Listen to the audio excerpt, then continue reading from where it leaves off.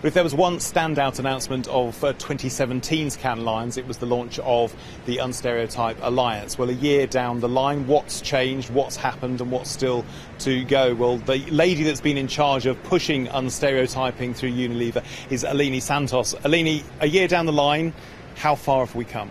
Oh my gosh, we have done so much.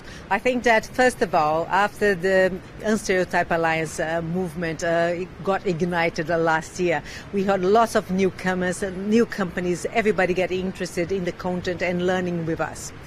This journey from Unilever side, what I can tell you is that we continue to do progressive advertising. And in this progressive advertising that we are not only having 25% of more branded impact, but we are also having some different signs in terms of how advertising is becoming more relevant, more credible. And also we are seeing 18% of increase of purchasing intention of our products. So this is working in so many angles and in so many dimensions. It's good for consumers, it's good for the brands, it's good for everyone. What have we got to do next? So what I'm super excited is that with all the progress that we are doing and the results that we are getting, we are now going to the next level at Unilever. And the next level for us is really to engage all the studios, producers that are developing content where we are putting our media dollars behind.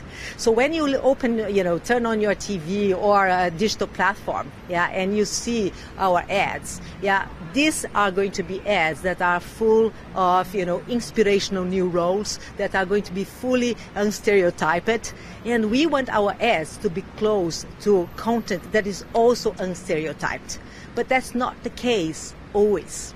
The content yet needs to be improved. The content still full of stereotypes. We know that it's going to take time for this to change, but we want to ignite a movement on that as well. So we have been talking to lots of people in the industry to really accelerate this journey. What we've seen is broadcasters, we've seen all these other movements over the last years wanting to get more female faces, more diverse faces on television and other forms of media. What do you think you're going to do to help accelerate that and push it forward? I think all the movements are really, really helpful. I think that movements like Me Too, Time's Up, all of them are helping us to create better content. And I think that what we are trying to do differently this time is that, from a point of view of an advertiser, we are directly talking to our media partners, people that have been receiving our media dollars, and making sure that they understand that for us it's very important that the content that they produce is coherent with our message. So we don't want it to be spending a lot of time just doing advertising that is unstereotyping. We wanted to do that, plus make sure that our unstereotyped advertising is on programs and shows and content that are also unstereotyping. So we wanted to have a continuity, advertising and content, all of that talking in an unstereotyped way. There's lots of ways you can effectively advertise on commercial programming. You can have program placement, you can have aligned advertising.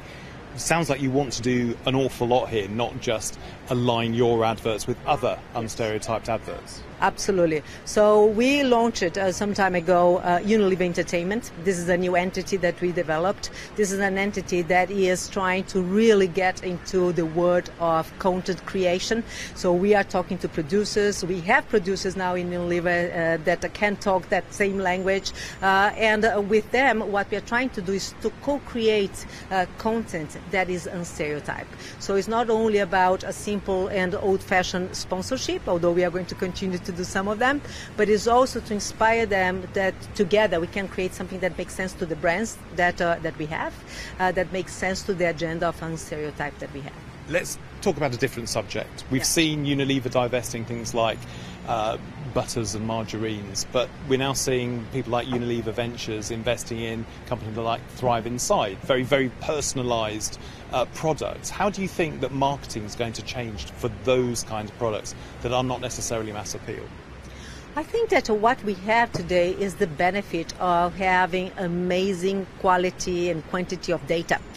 Something that I didn't have when I started as a marketeer.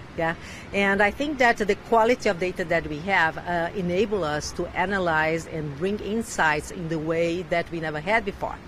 These new insights that are coming from data are giving us a much better understanding of the segments and audiences that we are dealing with. And with that, we can create innovation, products, services, communication that are much more tailor-made to those audiences.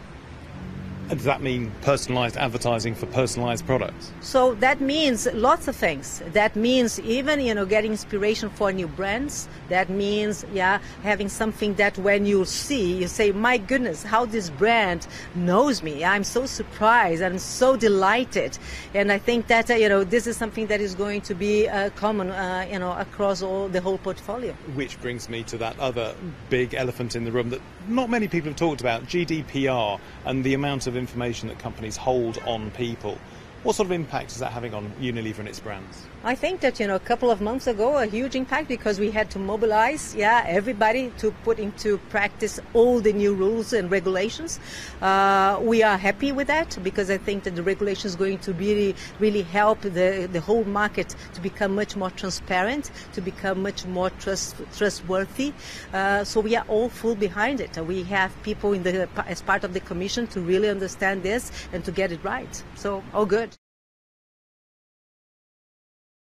Hello, I'm James Wright. Thanks for watching Marketing Media Money. To check out more online videos, just click on the boxes and don't forget to subscribe to the CNBC Live channel at the bottom of the screen.